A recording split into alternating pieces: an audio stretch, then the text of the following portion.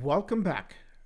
For this series, we're going to introduce the arithmetic operators in C, mainly plus, minus, asterisk, and slash for division.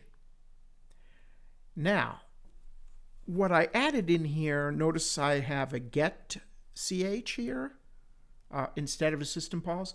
This is in case you are in a non-Windows platform. Let's say you're on Linux, but make sure if you're going to use that function that you include the library that supports it. And the library that supports it is con on nio.h, conio.h, okay? Make sure you have that if you're going to do it this way. Now, this isn't mandatory. I just added this as a feature in case you're on a different platform. Now, let's talk about the first operator, addition, right? The plus. So it's an arithmetic operator, so it needs a left and right elements to add them, and then you need to store a result somewhere. So typically, you're going to need three variables, okay? It's not mandatory, but you're going to need typically three variables to handle this.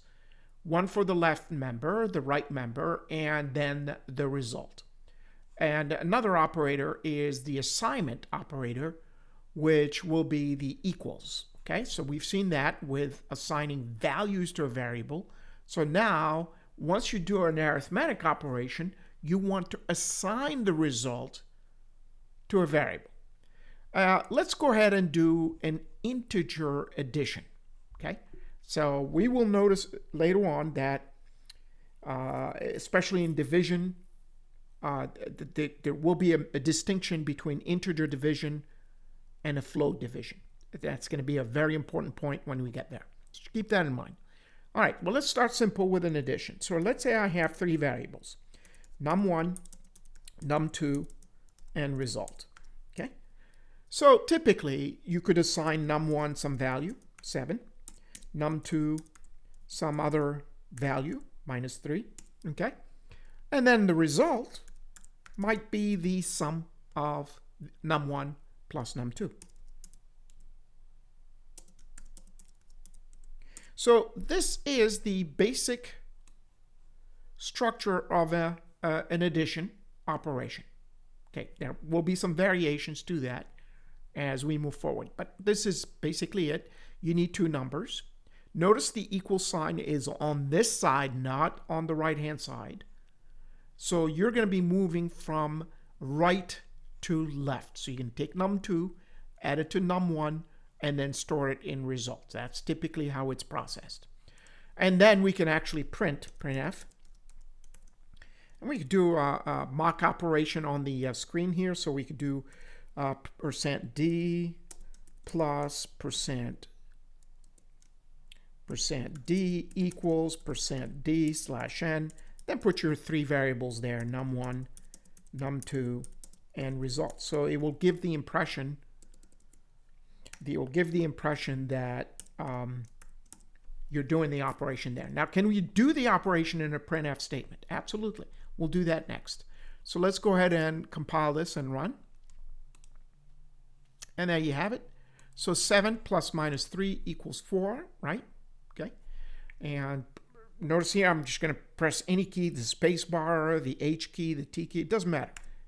Okay, and it will end, right? So this here will wait for an input from the keyboard. It will grab that character, and that's the end of it. Since it is the last instruction, then I am going to get out of the program. Now, let's look at a different way to do this operation.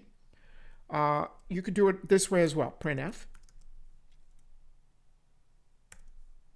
The result equals, put quotes here, and then you can put a %d slash n, and then you can do the operation right here. So num1 plus num2. This is in case you don't really need the result variable to have a value in it. So you just need two variables, just add them up while you're printing. And the result of this addition, notice this is not a comma, that's an actual operator, an arithmetic operator, right? And the result of that will go into this placeholder. All right, let's see how it works. So compile and run. Printf, I misspelled it. Printf, there you go. And I have too many T's. There you go.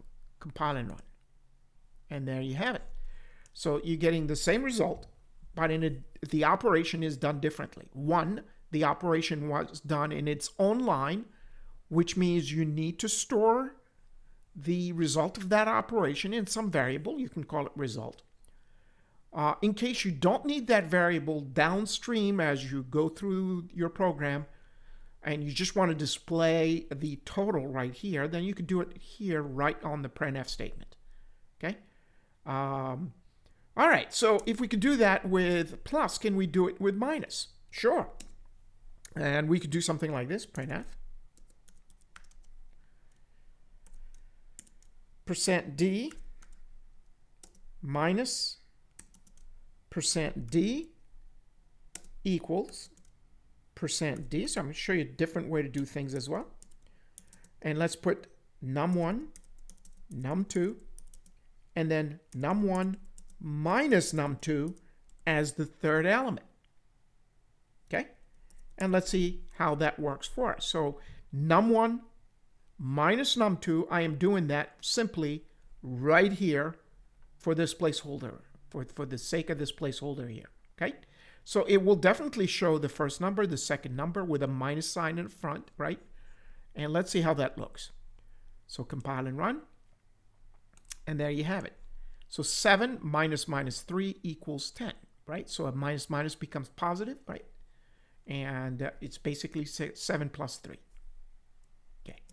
Now, let's do a separate operation where the result, so you could reuse result, equals num1 minus num2. Okay? And that's another way to do it. Oops, minus, minus. Okay?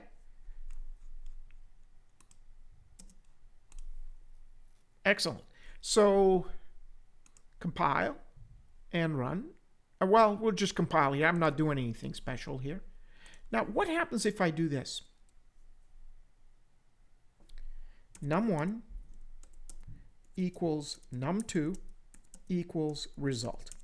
Just as an experiment. Let's see what happens. Right? So let me compile this for a minute. Okay. So this is like a multi-assignment, and we're going to prove something. And I want you to think about what's going on, right? So printf num1 has this value.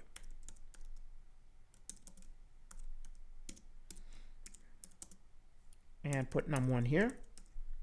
Okay, so take a second and try to predict what num1's value will be, right? So let's go ahead and do it. Compile and run. And there you have it. So what it did, it took that 10 that we had in the result, assigned it to num2, then assigned it to num1. From right to left. So as you can see the assignment here. This is in case you want to reset all values to some specific value. So this gives you an idea on how to reuse the assignment for that purpose. Great. So now if you try to print num2 as well, num2 will have the same 10 values stored in there. Okay? All right, so for the next operation, we're going to do multiply and divide.